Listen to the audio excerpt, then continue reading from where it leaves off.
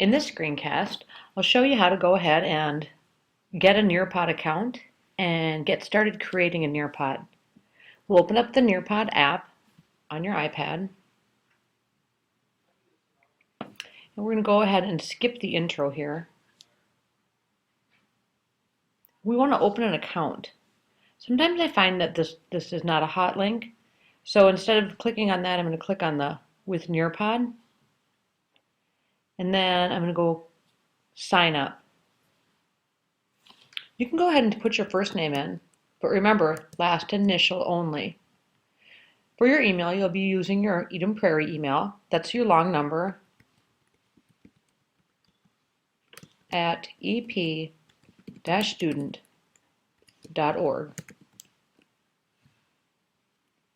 Your username will very likely be your first name and then some numbers after it, because a lot of the usernames have already been used. I'm going to go ahead and try Kim C and see if that works. And then my password will be very private. It'll be your lunch pin and the word learn. You do need to put that in twice. And I'm going to click the submit button up at the top. And it says that my username has already been used. So I'm just going to say Kim C and then the last 4 digits of my phone number. See if that works. Okay, and I'll go ahead and accept these agreements. And I'm going to skip the intro down here, though you certainly can watch the intro if you'd like. And I want to get started right away. So I'm going to go to my home button in the upper left-hand corner. And it asks me, what do I want to do? Since I've done nothing yet, I want to create a presentation. Now, what Nearpod is it's kind of like a presentation and Socrative or Kahoot joined together. So you can present some information, but then you get to engage your audience by asking them questions either through a poll, or you can ask them to draw something. You can offer quizzes. It's pretty interactive. Go ahead and click go.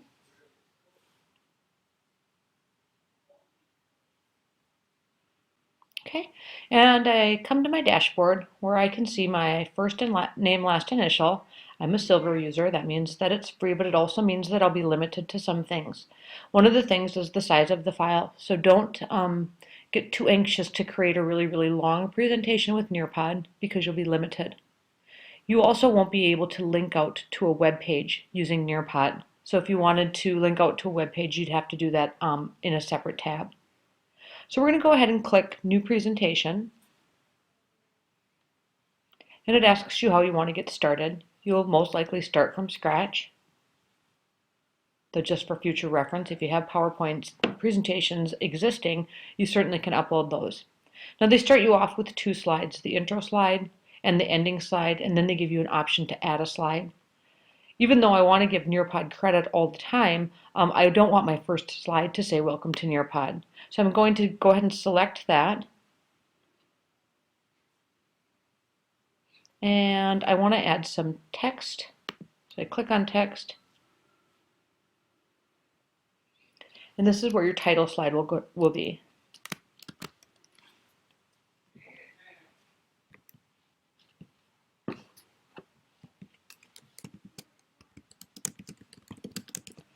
Sticking with my dog theme, I'll call mine All About Dogs.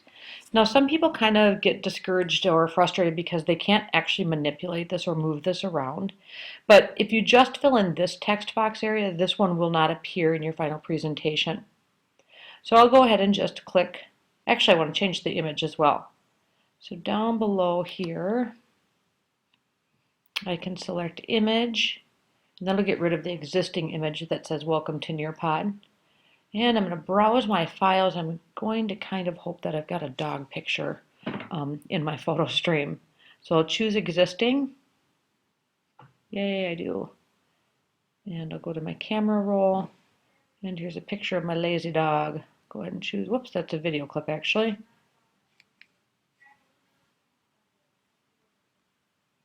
And since I can't put video footage on this particular screen, I can tell right here it tells me which types of files I can put in there. So go ahead and do it right this time. Select camera roll, and notice the little video camera here. I should have noticed that before. So this one does not have a video camera. I'll go ahead and select that image, and it puts it in the background, and I'll say done.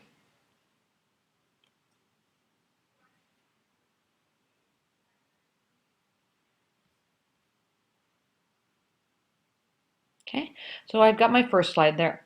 Now my second slide, I'll probably give some information to my audience about what the presentation will be about. So I select the slide, and then I select Edit. In this slide, I'm also going to put an image because we know that images really speak loud and clear to people. In fact, did you know that your brain can process images 60,000 times faster than words? And I'm just going to randomly choose another file, choose an existing, and let's see what we've got on the photo stream here. Do we have any fresh pictures of a dog? Thought maybe I would have something. Ah, here's a couple. We'll just take this first one.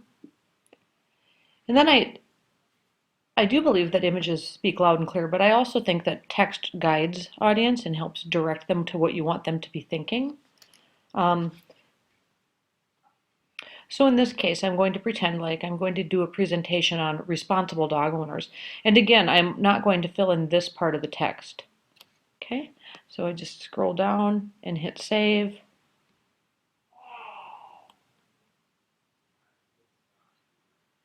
Now I believe that you can continue on adding some information to your slides, but I want to show you some activity options because that's where you're going to engage your audience. When I select this slide, it asks me if I want to add new content, which would be what you're going to do if you're going to add more information. You can't add a web page being a silver user, but you can add an activity. And the activity choices include an open-ended question, a poll, a quiz, and a draw it. Early on in a presentation, I often use the poll to find out information from people so that I can kind of guide my presentation toward them. And you just go ahead and start filling in your questions and your answer choices.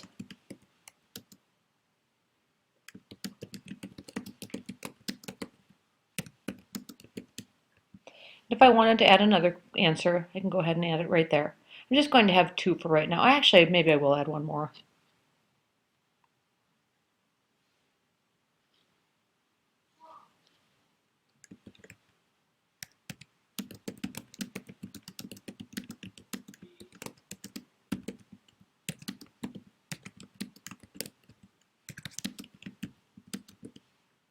And then go ahead and click Save. Now when your poll, whoops, this popped in between these 2 slides, so I'm going to have to move it over just by clicking it and dragging it over. Okay. Now when your audience is taking the poll, once they submit the poll, you'll have all of the results on your device and you can share those results, and we'll go over that in class what that looks like.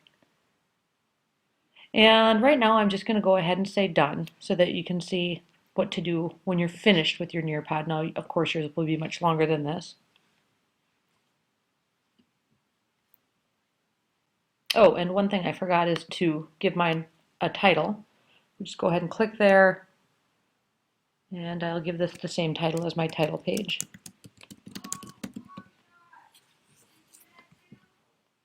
And then once you've clicked done, you can go to My Presentations.